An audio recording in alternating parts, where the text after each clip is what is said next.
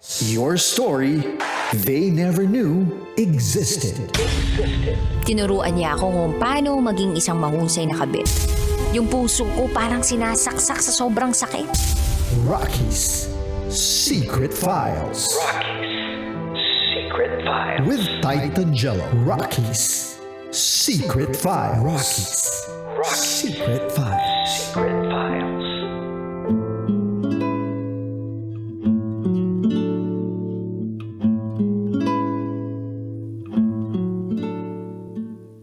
Mga kabisyo, muli tayo nagbabalik sa ating programa.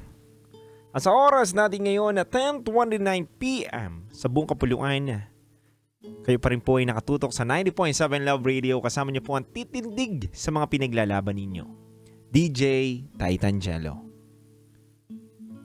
Mga kabisyo, ang pinakamasakit daw na gagawin natin is yung magparaya. Magparaya sa taong pinakamamahal natin dahil ito yung tamang dapat mong gawin.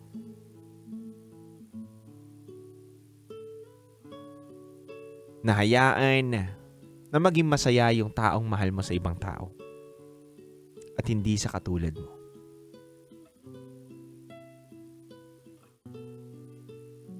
Mga kabiso, basahin po natin ang mga komento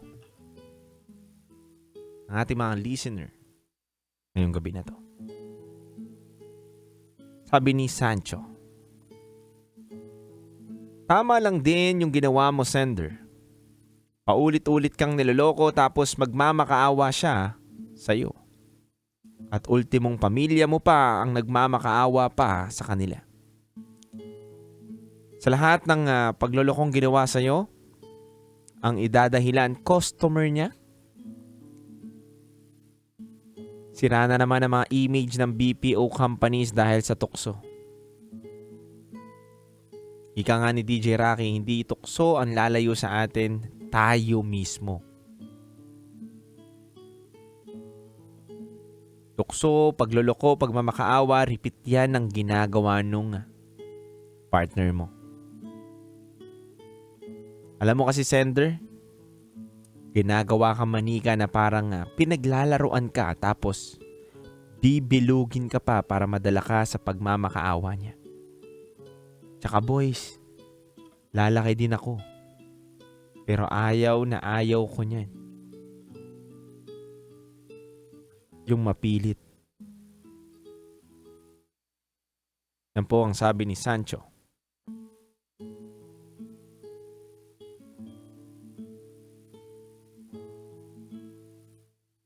Sabi naman ni Mac Jubes, good evening, Idol Titan Jello at Idol DJ Rocky. Mahirap talaga magtiwala sa taong cheater kasi uulit lang yan. Tama ang desisyon mong hindi sumama sa kanya at dapat ka pang magpasalamat hanggat maaga nakilala mo ang tunay niyang pagkatao. Shoutout sa Team Bulacan Overdrive. Sabi naman ni Mark, DJ Titan Jello, masakit ang nangyari sa ating letter sender ngayong gabi na to. Pero tama ang naging desisyon niya na magparaya. Palayain yung taong hindi naman siya kayang mahalin ng tapat at totoo.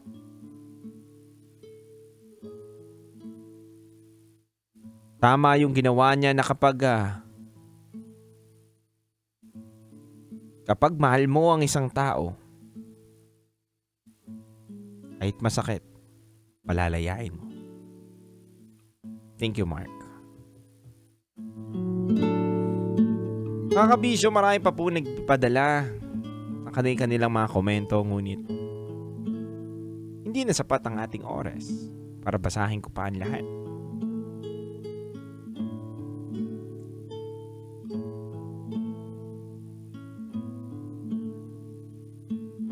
Mga kabisyo, sa libo-libong tao na pwede mo makasalumuha sa araw-araw. Sa bilyon-bilyong tao dito sa mundo na to. Sa ilang daang libong tao na nakakasama mo kada taon na iba't ibang muka, iba't ibang personalidad, iba't ibang pagkatao. Mahirap mahanap yung taong tapat na magmamahal sa'yo.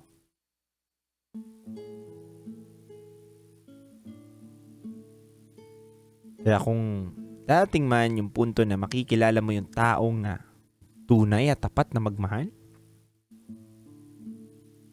suklian mo din sana ng tapat at totoo na pagmamahal. Dahil katulad ng ating letter sender ngayong gabi na to, ibigay man niya ng ilang beses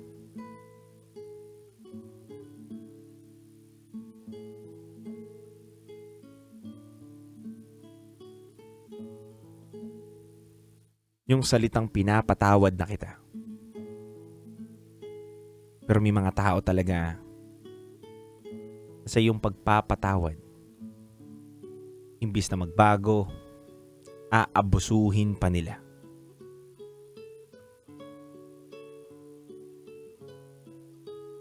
Mga kabisyo, hindi biro ang nangyari sa ating letter sender ngayong gabi na to. Masakit para sa isang tao na yung taong minamahal mo, yung taong nakikita mo na yung future mo, ay hindi pala mapapasayo.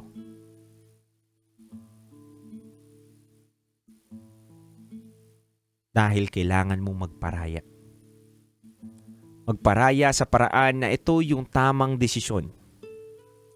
Na kahit masakit, mahirap, kailangan mong gawin. Dahil kung tunay kang nagmamahal,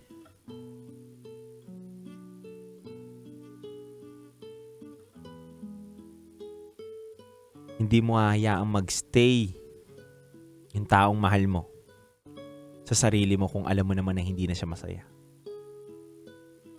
At kung hindi na rin magiging healthy yung relationship ninyo, hahayaan mo siya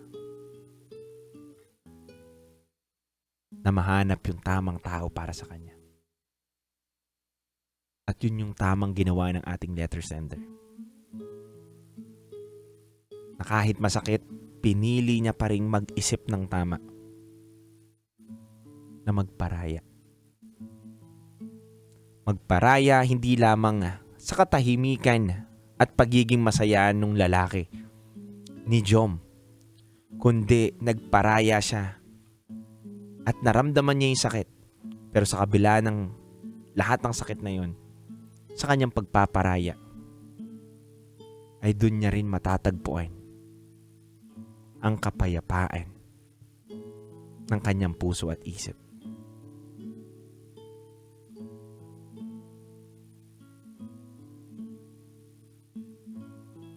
Mga kabisyo, kung meron po kayong mga istorya na gustong ibahagi ngayong gabi na to, o sa mga susunod na araw, maaari po kayo magpadala sa aming Gmail account na rakitera@gmail.com.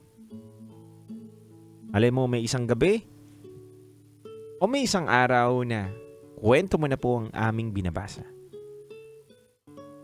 Kaya mga kabisyo, sa lahat po ng mga nakatutok sa atin ngayon, susunod na po ang ating programang Rocky Top Secret dito lamang sa 90.7 Love Radio. Kasama niyo po ang titindig sa mga pinaglalaban ninyo. DJ Titan Chalo.